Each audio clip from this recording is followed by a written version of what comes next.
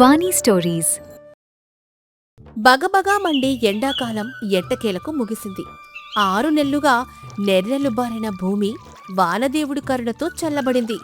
కుంభవృష్టిగా కురిసిన వానలకు సిరిపురం ఊరి చెరువు నిండుకుండలా కలకలలాడుతోంది. చెరువులో తెల్లటి బాతులు ఆనందంగా ఈతలాడుతూ ఉన్నాయి. ఆకాశం ఇంకా తెల్లటి మబ్బులతోనే కమ్ముకొని ఉంది. సన్నటి జల్లులు పడుతూనే ఉన్నాయి. రంగయ్య అని అతను చెరువు ఒడ్డున ఒక 4 కర్రలు పాతి పైన ఒక పాత నారబట్టను గూడారంగా కట్టుకొని కూర్చున్నాడు. అతని ముందు బుట్టల్లో తన తలా మెరుస్తున్న తాజా చేపలున్నాయి. వర్షం చినుకులు పడుతున్నా లెక్క చెయ్యకుండా ఆ చలికి ముడుచుకొని కూర్చొని గిరాకీ కోసం ఎదురుచూస్తూ ఉన్నాడు. రంగయ్య చలికి చేతులు రుద్దుకుంటూ చెరువు నీళ్లవైపు చూస్తూ తనలో తాను, గంగమ్మ తల్లి, ఇన్ని రోజులకు నీకు మా మీద దయ వచ్చిందమ్మా. ఈ ఎండాకాలం మా పాలిట నరకం చూపించింది. నువ్వు ఎండిపోతే మా గొంతులు కూడా ఎండిపోయాయి. వల విసిరితే పిడికెడు బురద తప్ప ఒక్క చేపపిల్ల కూడా పడలేదు. ఈ 6 నెలలు నా భార్య నేను ఆకలితో ఎంత విలవిలలాడిపోయామో నాకే తెలుసు తల్లి. రోజుకి ఒక పూట గంజి తాగి ప్రాణాలు అరచేతిలో పెట్టుకొని బతికాము. అదృష్టవశాత్తు నిన్నటి నుండి వానలు దంచికొట్టాయి. ఉదయాన్నే వల వేస్తే దేవుడి దయ వల్ల 2 బుట్టాల చేపలు పడ్డాయి. ఇవి అమ్ముడుపోతే ఇవాళ మా కడుపు నిండుతుంది. ఈ చేపలు అమ్మాకే నేను ఇంటికి వెళ్తాను. అలా తల్లో తాను మాట్లాడుకుంటూ తన పాత దోవతితో ముఖం మీద పడుతున్న వర్షపు నీటిని తుడుచుకున్నాడు రంగయ్య. సన్నగా పడుతున్న వర్షంలో ఒక చేతిలో నల్లటి గొడుగు, మరో చేతిలో సంచి పట్టుకొని సత్తెమ్మ అక్కడికొచ్చింది. వాన నీళ్లకు బురదగా మారిన దారిలో కాలు జారకుండా నెమ్మదిగా నడుచుకుంటూ వచ్చింది. అప్పుడు సత్తెమ్మ మనసులో, హబ్బా, ఏం వర్షమిది, దారంతా బురదగా మారింది. అయినా మా ఆయనకి పట్టుదలెక్కువ. వాన పడుతూ ఉంటే వేడివేడిగా చేపల పులుసు తినాలని ఉందంటూ నన్ను బురదలోకి పంపాడు. ఈ రంగయ్యగాడు వాన పడుతుంది కదా అని ధరలు పెంచేస్తాడేమో. వాడి దగ్గర గట్టిగా బేరవాడాలి. ఏమయ్యా రంగయ్య, ఏంటి కూర్చున్నావు? చేపలు తాజావేనా? నిన్న మొన్నటివి తెచ్చి బొట్టలో వేసావా ఏంటి? అలా అనకండమ్మా. ఇందాక తెల్లవారుజామున ఈ చెరువులో వలవేసి పట్టిన ప్రాణమున్న చేపలమ్మా ఇవి. ఇంకా గిలగిల కొట్టుకుంటున్నాయి. చూడండి, తీసుకోండి తల్లి. సరే రంగయ్య, ఒక సేరు తూకం వేసి ఇవ్వు చాలు. ఎంత చెప్తున్నావు? షేరు 50 రూపాయలమ్మా. అసలే వానలు పడి దొరకడం కష్టంగా ఉంది. ఏమీ అనుకోకుండా ఇవ్వండి తల్లి. 50 రూపాయలా? ఏంటి రంగయ్య, దోపిడీ చేస్తున్నావు? నిన్నటిదాకా 30 రూపాయలన్నాడు. నాకు 25 రూపాయలకే ఇస్తే ఇవ్వు, లేకపోతే నేను వెళ్ళిపోతాను. అయ్యో దేవుడా, ఉదయం నుండి వానలో తడిసి ప్రాణాలు అరచేతిలో పెట్టుకుని వలవేస్తే 25 రూపాయలంటుందేంటి ఈ తల్లి? అమ్మా, దయచేసి అర్థం చేసుకోండి. నేను పేదవాడిని. 25 రూపాయలకిస్తే నాకు కష్టం కూడా మిగలదు తల్లి. పోనీ 40 రూపాయలివ్వండమ్మా, పుణ్యం ఉంటుంది తల్లి.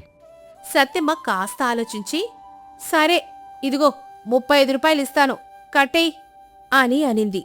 రంగయ్య ఇక చేసేదేమీ లేక సరేనని తలూపాడు. సత్తెమ్మకు చేపలు ఇస్తూ ఉండగానే అటువైపు నుంచి వానలో తడుచుకుంటూ ఒక పేదవాడు పరిగెత్తుకుంటూ వచ్చాడు. అతని పేరు రాము. పాత బట్టలు, చిరిగిపోయిన పంచె కట్టుకుని ఉన్నాడు. అతని చేతిలో ఏకంగా ఒక 10 సేళ్ల బరువుండే ఒక అతి పెద్ద తాజా చేపుంది. దాన్ని మొయ్యలేక మోస్తూ రొప్పుకుంటూ వచ్చాడు. రాము ఆయాసపడుతూ గొంతు వణుకుతూ, అన్నయ్య, ఈ చేపను నువ్వు కొంటావా? నాకు అత్యవసరంగా డబ్బులు కావాలి. నా తల్లి ప్రాణం గాలిలో ఆడుతోంది. రంగయ్య చేపను చూసి ఆశ్చర్యపోయి, అరరే, ఎంత పెద్ద చేప పట్టినావురా రాము. కాని నా దగ్గర అంత డబ్బులు లేవురా. నువ్వు కొంచెంసేపు ఇక్కడే ఉండు. ఎవరైనా పెద్ద గిరాకీ వస్తే వాళ్ళకమ్ముదాం. రాము నిరాశగా తలదించుకుని ఆ వానలోనే ఆ పెద్ద చేపను పట్టుకుని చలికి వణుకుతూ నిలబడ్డాడు. అప్పుడే ఆ దారిన సుబ్బారావని ఒక మోతుబరి వచ్చాడు. ఆయనకి మనుషుల కంటే డబ్బుల మీదే ఎక్కువ ప్రేమ. అవతలివాడు ఆకలితో చస్తున్నా వాడు తక్కువకిస్తే లాక్కునే కుటిల బుద్ధి వాడిది.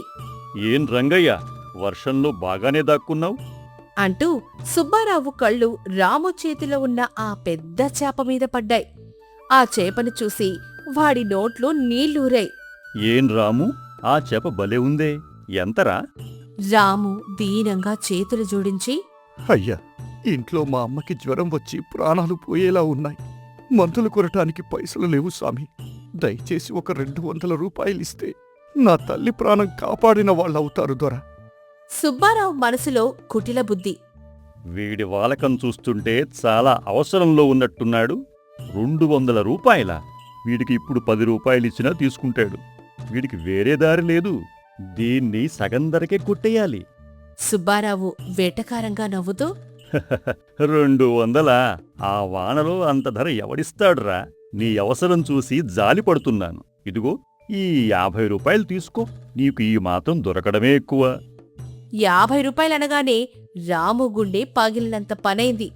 రాము వెక్కి వెక్కి ఏడుస్తూ, వద్దయ్యా, 50 రూపాయలకు నా తల్లికి కనీసం జ్వరం పిల్లలు కూడా రావు స్వామి. వానలో తడిచిపోయి నా వల్లంతా చలికి బిగుసుకుపోయింది. ఒక తల్లి ప్రాణం కోసం అడుగుతున్నాను.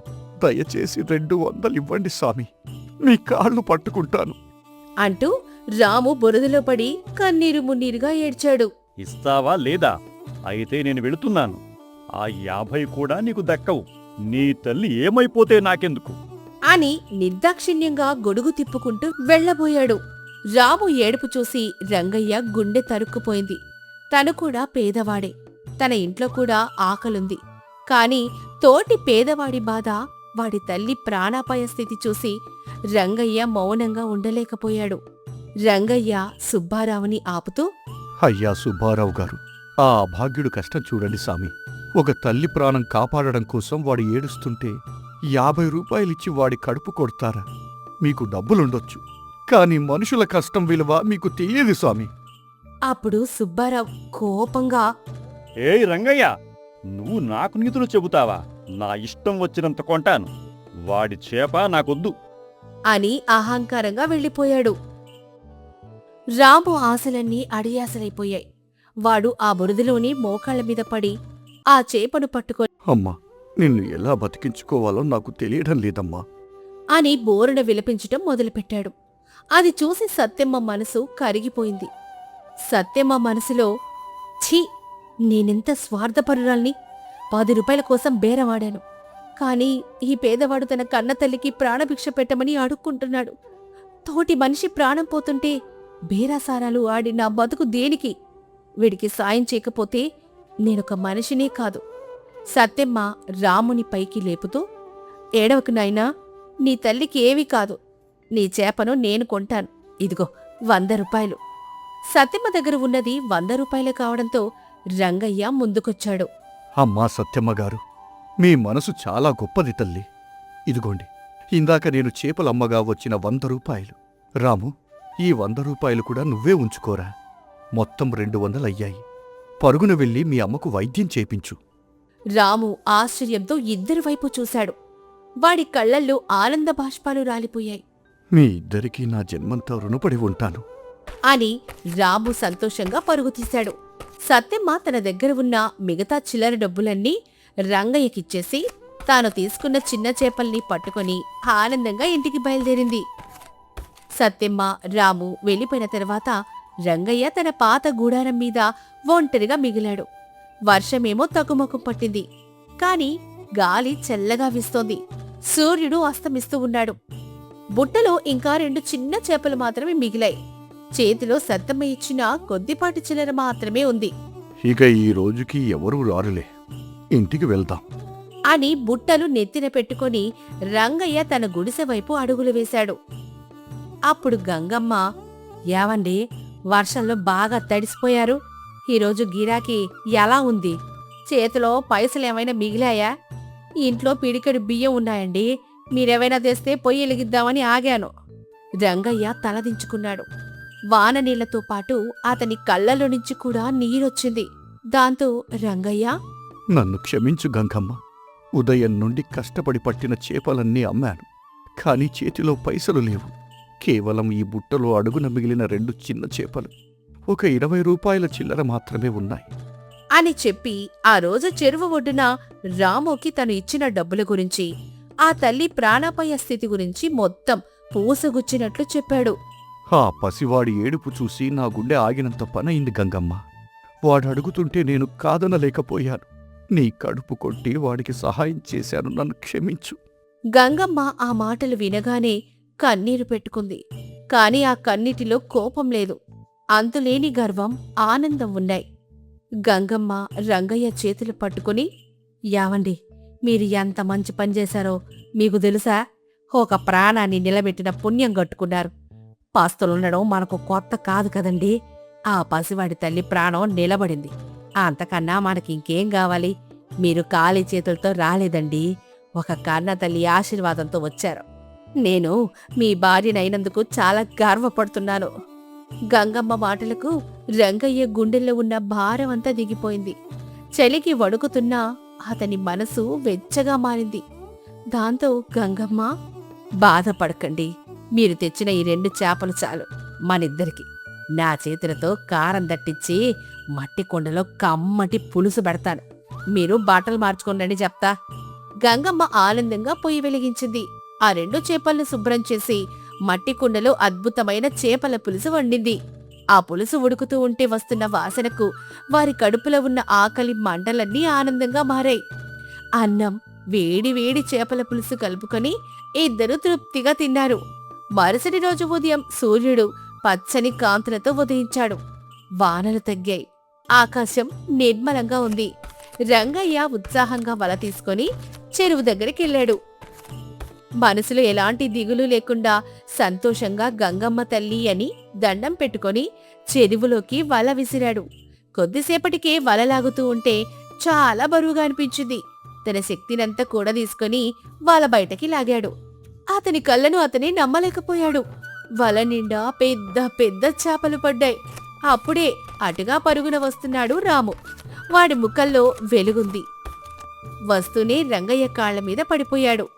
రంగయ్యన్న, మీ దయ వల్ల నిన్న మా అమ్మకి సమయానికి మందులు దొరికాయి. జ్వరం తగ్గి కళ్ళు తెరిచిందన్నా. మీరు లేకపోతే నేను అనాథన అయిపోయేవాడిని. నా ప్రాణం ఉన్నంత వరకు మీ రుణం తీర్చుకోలేనన్నా.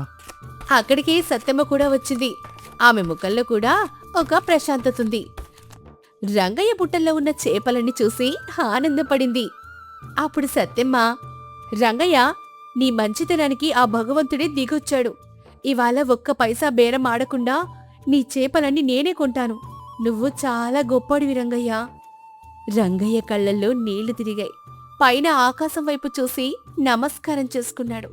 నిజమే, ఆపదలో ఉన్నవారికి మన చేతనైన సాయం చేస్తే ఆ దేవుడు మనకు 100 రెట్లు తిరిగిస్తాడు అని తనలో తాను అనుకుంటూ సంతోషంగా చేపలమ్ముకున్నాడు. డబ్బున్న వాళ్ళకి అహంకారం ఉండొచ్చు, కానీ కష్టాలు తెలిసిన పేదవాళ్లలోనే నిజమైన మానవత్వం జాలి ఉంటాయి. మనం నిస్వార్థంగా చేసి ఒక చిన్న సాయం ఇంకొకరి ప్రాణాలను కాపాడుతుంది. ఆ పుణ్యం మనల్ని ఎన్నటికీ పస్తులు పడుకోనివ్వదు, వడ్డీతో సహా సంతోషాన్ని తిరిగిస్తుంది. అది రుద్రవరం గ్రామం. ఊరి చివరన ఒక పాత రేకుల షెడ్డు కింద మట్టి పొయ్యి పక్కన ఒంటరిగా కూర్చొని ఉన్నాడు వెంగళప్ప. ఒకప్పుడు ఆ పొయ్యి మీద పగలనక రాత్రనక బిర్యానీ డేక్షలు ఉడుకుతూ ఉండేవి. ఆ గుమగుమలకు ఊరంతా పండగలా ఉండేది. కాని ఇప్పుడు ఆ పొయ్యిలో బూడిద తప్ప మంటలేదు. వెంగళప్పకు తల్లిదండ్రులు లేరు, పెళ్లీ కాలేదు. వంట చేయడమే అతని లోకం. కాని గత 6 నెలలుగా అతనికి ఒక్క వంట పని కూడా రాలేదు. ఎంత కష్టం వచ్చింది దేవుడా! మా అమ్మ చనిపోతూ నా చేతికి గరిట ఇచ్చి, ఒరే వెంగళప్ప, 10 మందికి కడుపు నిండా అన్నం పెట్టు, ఆ పుణ్యమే నిన్ను కాపాడుతుంది అని చెప్పింది.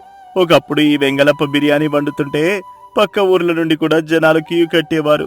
అలాంటిది ఈరోజు పిడికెడు బియ్యం ఉడకబెట్టుకోవడానికి కూడా నా దగ్గర డబ్బులు లేవు. నేను ఏ పాపం చేశానని నాకు ఈ శిక్ష వేశావు సామి? నా చేతి వంట తిని ఊరంతా వేలు చీకుతూ మెచ్చుకునేవారు. ఇవాళ ఎవరైనా ఏదైనా శుభకార్యానికి నన్ను పిలుస్తారేమో అని రోజంతా ఇంటి గుమ్మం వైపు చూస్తూనే ఉంటున్నాను. ఒక్కరంటే ఒక్కరు కూడా కన్నెత్తి చూడడం లేదు. నా బతుకు ఇలా ఈ పొయ్యిలో బూడిదలా మిగిలిపోవాల్సిందేనా?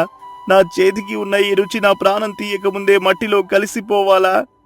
నిరాశతో వెంగళప్ప తలదించుకొని వెక్కి వెక్కి ఏడుస్తుంటాడు. అతని చేతికున్న వంట నైపుణ్యం పనికి రాకుండా పోయినందుకు అతని మనసు కుమిలిపోతోంది. ఆ రోజు ఆదివారం. ఊరి మధ్యలో ఉన్న జమీందారు గజేంద్రవర్మ గారి గుడిలో హడావిడి వాతావరణం నెలకొంది. జమీందారు గారు భోజన ప్రియులు. ఆ రోజు పట్నం నుండి ఆయనకు ముఖ్యమైన చుట్టాలు వస్తున్నారు. వారికి గొప్ప విందు ఏర్పాటు చేయాలని వంటవాడి కోసం కబురు పంపాడు. కాని సమయానికి వంటవాడు రాలేదు. ఒరే రామన్న, ఎక్కడున్నావురా? పొద్దున్న 10 గంటలవుతోంది. పట్నం నుండి వచ్చే నా వియ్యంకుల వారికి మధ్యాహ్నానికి నోరూరే కోడి బిర్యానీ సిద్ధం కావాలి.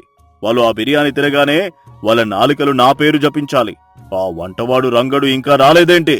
క్షమించాలి స్వామి, ఆ రంగడికి రాత్రి నుండి తీవ్రమైన జ్వరమట. మంచం పట్టాడు. వాడికి బదులు పక్క ఊరి నుండి వేరే వంటవాడిని తెద్దామంటే ఎవరు ఖాళీగా లేరు స్వామి. ఏంట్రా నువ్వు చెప్పేది? ఈ ఊరి జమీందారు ఇంట్లో విందు లేదని చుట్టాలు తిరిగి వెళ్ళిపోవాలా?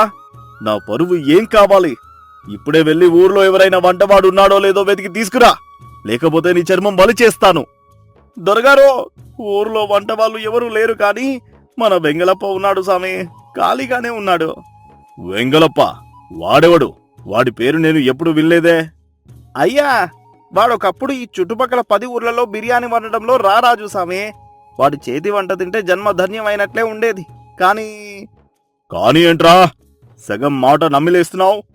అదే స్వామి, 6 నెలల క్రితం పక్క ఊరిలో ఒక పెద్ద పెళ్లికి వాడినే వంటకు పిలిచారు. ఆ రోజు వాడు చేసిన బిర్యానీ మొత్తం ఉప్పగా సముద్రం నీళ్ళలా ఉందట. పెళ్లికొచ్చిన జనమంతా కంచాలు విసిరేసి నానా బూతులు తిట్టారట. ఆ రోజు నుండి వాడు బిర్యానీ పాడు చేశాడని, వాడికి పని రాదని పక్క ఊరి వంటవాడు కొండయ్య అందరికీ చెప్పాడు. అప్పటినుంచి ఊర్లో ఎవరు వాడిని వంటకు పిలవడం లేదు స్వామి. అలా జరిగిందా? కాని నాకు ఇప్పుడు వేరే దారి లేదు. పట్నం చుట్టాలు వస్తున్నారు. ఇప్పుడే వెళ్ళి ఆ వెంగళప్ప గాడిని నా ముందుకు తీసుకురా. వాడి వంట ఎలా ఉంటుందో ఇవాళ నేను తేలుస్తాను.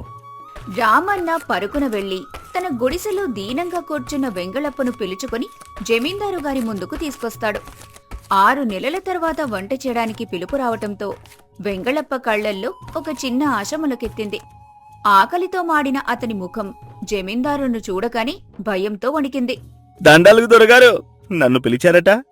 ఒరే వెంగళప్ప, నీ గురించి అన్నీ విన్నాను. 6 నెలల క్రితం నువ్వు బిర్యానీ పాడు చేశావని ఊరంతా కోడై కూస్తోంది. కాని నాకు వేరే దారి లేక నిన్ను పిలిపించాను. నా పరువు ఇప్పుడు నీ చేతుల్లో ఉంది. స్వామి, నన్ను నమ్మండి, నేను ఏ వంట పాడు చేయలేదు. ఆ రోజు ఆ పెళ్లిల్లో ఏం జరిగిందో నాకే అర్థం కాలేదు. నాకు ప్రాణం ఉన్నంత వరకు నేను అన్నాన్ని పాడు చేయను స్వామి. ఒక వంటవాడికి అన్నమే దేవుడు. దేవుణ్ణి ఎవరైనా పాడు చేస్తారా స్వామి? సరే, గతం గతః. ఇవాళ నా ఇంటికి పట్నం నుండి గొప్ప చుట్టాలు వస్తున్నారు. వారికి నువ్వు నీ జీవితంలో వండిన అత్యుత్తమమైన నాటుకోడి బిర్యానీ వండాలి. గుమగుమలు నా గడి దాటి వీధి చివరి వరకు వెళ్ళాలి. ఒకవేళ ఇవాళ నువ్వు చేసే బిర్యానీ అద్భుతంగా ఉంటే రేపటి నుండి నిన్ను నా ఆస్థాన వంటవాడిగా నియమించుకుంటాను. ఎప్పుడు నా ఇంట్లోనే నీకు పని ఉంటుంది. ఒకవేళ ఏమాత్రం రుచి తగ్గినా, ఉప్పు ఎక్కువైనా నిన్ను ఆ బిర్యానీ కుండలోనే వేసి ఉడకబెడతాను. వెళ్ళు, వంట మొదలుపెట్టు. చిత్తం స్వామి, ఈ అవకాశం చాలు నా ప్రాణం నిలబెట్టుకోవడానికి. నా చేతిలో ఉన్న మాయ ఏంటో ఇవాళ మీకు చూపిస్తాను. నా రుచి ఏంటో ఈ రుద్రవరం మళ్ళీ చూస్తుంది. వెంగళప్ప వెంటనే జమీందారు గారి పెరట్లోకి వెళ్తాడు. అతని చేతులు 6 నెలల తర్వాత మళ్లీ గరిటె పట్టాయి. మనసులో ఉన్న బాధ, ఆవేదన అంతా ఆ వంట మీద ధ్యాసగా మారింది. అక్కడొక పెద్ద మట్టి పొయ్యి ఏర్పాటు చేశాడు. దాని కింద లావుపాటి చింతకర్రలు పేర్చాడు. ఒక పెద్ద మట్టి కుండ పొయ్యి మీద పెట్టాడు. వెంగళప్ప స్వయంగా రాతి రోలులో మసాలాలు నూరాడు. అల్లం, వెల్లుల్లి, పచ్చిమిర్చి ముద్ద దంచుతుంటే ఆ ఘాటుకే కళ్ళ నీళ్లు తిరుగుతున్నాయి. స్వచ్ఛమైన ఆవు నెయ్యి కుండలో వేయగానే ఆ చుయ్యమనే శబ్దానికి చుట్టుపక్కల వాతావరణం మారిపోయింది.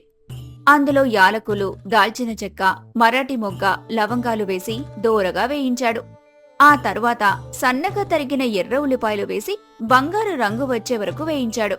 పసుపు, కారం దట్టించి నాటుకోడి మాంసం ముక్కలను అందులో వేసి మసాలాతో కలిపి ఉడికిస్తుంటే ఆ మాంసం ఉడుకుతున్న శబ్దం, దాని నుండి వస్తున్న వాసన గాల్లో కలిసి పట్నం చుట్టాలకే కాదు, ఊరి జనమందరికీ ఆకలి పుట్టిస్తోంది.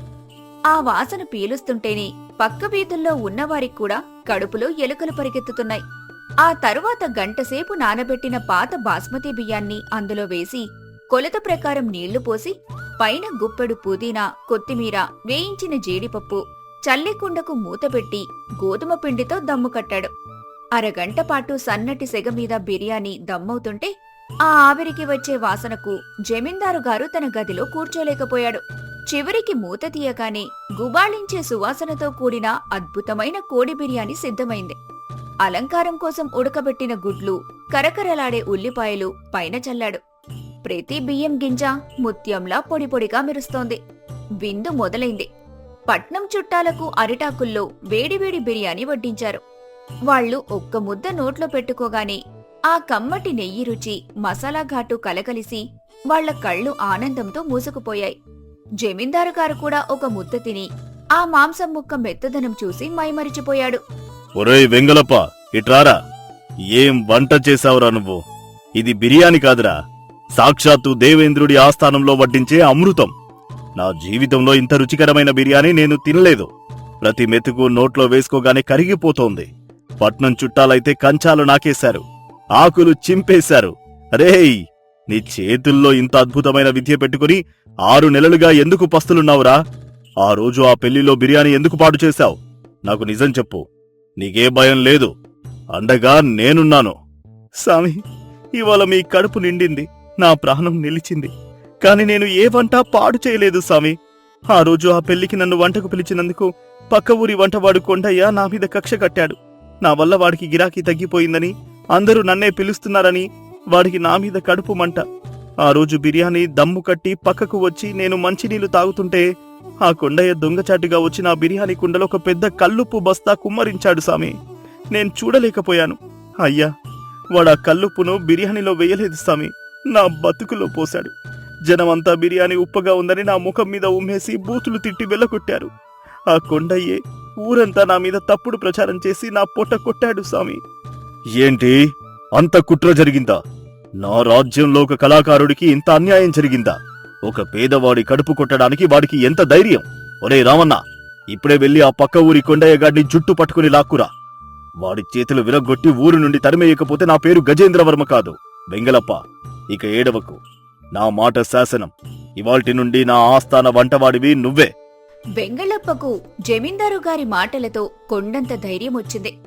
తాను పడిన వేదనంతా ఒక్కసారిగా ఆవిరైపోయింది. జమీందారు గారింట్లో వెంగళప్ప వండిన బిర్యానీ రుచి ఊరంతా పాకిపోయింది. ఈ వార్త ఊర్లో పెద్ద వడ్డీ వ్యాపారైన భద్రయ్య చెవిన పడింది. భద్రయ్య మహా తిండిపోతూ. అతనికి డబ్బు మీద ఎంత ఆశ ఉందో, తిండి మీద అంతకంటే 100 రెట్లు ఆశ ఎక్కువ. మంచి కూర వండారని తెలిస్తే ఎవరింటికైనా వెళ్లి పిలవకపోయినా ఆకులు నాకే రకం. మరుసటి రోజు ఉదయం భద్రయ్య తన బండి మీద ఆయాసపడుతూ వెంగళప్ప గుడిసె దగ్గరకొచ్చాడు. ఓయ్ వెంగలప్ప, బయటకురా. నిన్న జమీందారు గారి ఇంట్లో ఏదో అమృతం లాంటి కోడి బిర్యానీ వండావట కదా? ఊరంతా ఒకటే మాట అనుకుంటున్నారు. ఆ గాలి వాసన పీల్చి నాకు రాత్రంతా నిద్రే పట్టలేదురా.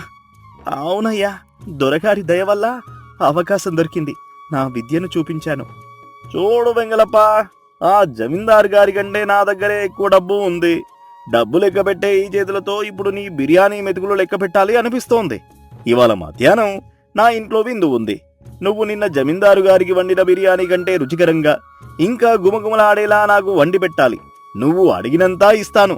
ఒకవేళ నా కడుపు నిండి నాకు ఆనందం కలిగితే నిన్ను నా బంగారు పల్లెల్లో కూర్చోబెట్టి సత్కరిస్తాను. అలాగే భద్రయ్య గారు, వంట వండటం నా ధర్మం.